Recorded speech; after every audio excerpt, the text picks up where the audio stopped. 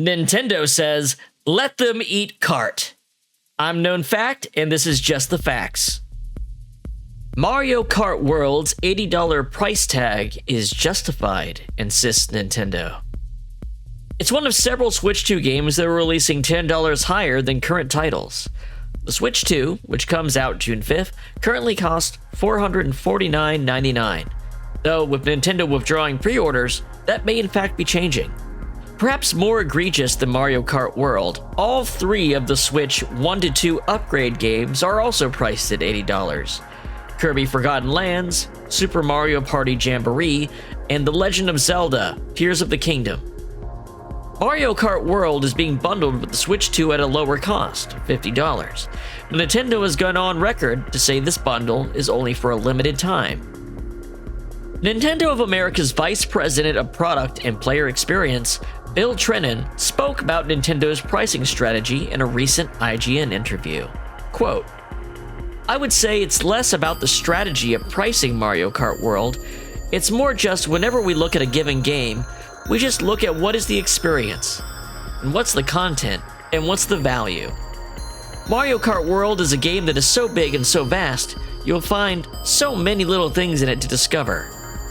I think as people end up buying and playing the game, they're going to find this to be probably the richest Mario Kart experience they've ever had.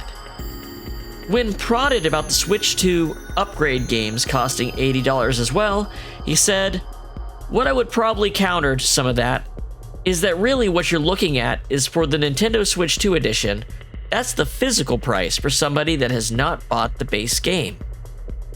This isn't the first time Nintendo has raised its game prices when releasing a latecomer into an existing console generation.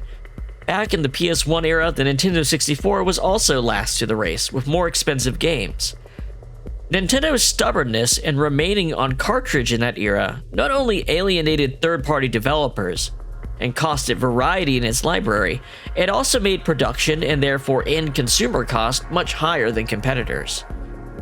There's a good chance that is also coming into play with the new Switch 2 cartridges. We can't just use normal SD cards for storage for some reason.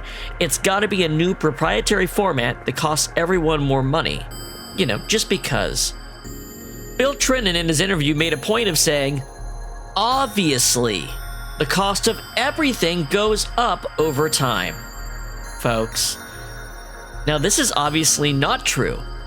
In fact, it's about as blatant a lie as it gets, especially when it comes to cost of software and tech. I'm going to point you to one of my favorite charts tracking price changes over the last 20 plus years. As you can see, outside of government subsidized debt slavery grifter markets like healthcare and education, things like technology and software production costs have had the steepest declines in consumer prices. Look exactly where this chart's tracking ends, 2022. In other words, it stops tracking just as the largest global frenzy of quantitative easing and currency devaluation in all of human history would start to make market impact. Here's the problem Nintendo doesn't think people are intelligent enough to understand. This is not a case of their games suddenly costing more to produce, and more than their higher-end competitors at that. The cost difference is coming from the denominator in this equation, the relative value of the currency people are buying games with. Let's use the same time frame as that previous chart we just looked at to show where this gap comes from. So, if we look from the same starting period, the year 2000, the average AAA PlayStation 2 game was $50. Using a US dollar inflation calculator from 2000 to 2025, we can see that the cumulative inflation is 85.3%. To flip it the other way, you need $1.85 for every dollar in cost from 2000. So, a game that cost $50 in 2000, priced in today's currency, would equal about $92.65. Well, that's above Nintendo's $80 price. But you know what it does come close to? The average price of the full version of AAA games these days. You know, your pre-order version, your DLC and season pass included version. These are probably closer to the real cost warranted for these games if the cost of real production didn't drop. So, from a game company's perspective, these higher new game prices from Nintendo probably belie the prices other publishers wish they could charge on average. And if you consider that the US's inflation is less worse than many other nations that buy video games, these prices above $92 are probably spreading out the pain, so to speak, in regional pricing. The messed up part is probably the countries that you see complaining the most about matched regional pricing in like Steam discussion forums are probably paying way less once inflation is factored in. $80 doesn't seem so crazy once you start framing it this way. As with most things, the huge amount of quantitative easing and inflation of the last couple years has screwed price dynamics in the video game market.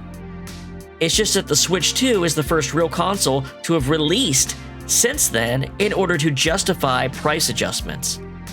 But there's other, harder to quantify elements that play against this justification.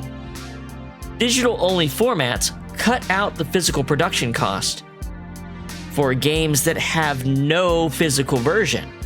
But in any case where it's shared, like Nintendo's physical releases on its new cartridges, it's very likely that even the new prices don't cover everything. And so the digital versions would likewise get their prices dragged up to cover the difference and keep the physical cost even slightly palatable to consumers that are uninformed of these price dynamics. I would expect, given already existing trends and the pricing talk Nintendo is constantly finding itself on the defensive of right now, that there will be a strong push to convert to digital sales only this generation, quote unquote, to remove the physical printing albatross that's essentially around publishers' necks right now. Nintendo will probably be the slowest to implement this, as they always are. Their competitors could very well be digital only, with no optical disc versions at all in their next generation hardware offerings. The other element at play here is market saturation. There are way more independent and mid-price games at significantly lower prices than previous gens. And these games are often the ones that are taking off and turning into new sales success stories. And that's eating up what is, at the end of the day, a limited amount of consumer resources. Think about how the Switch 2 had 52 games to show at its first Direct. Never before has Nintendo had to compete so hard on its own console for software sales at launch.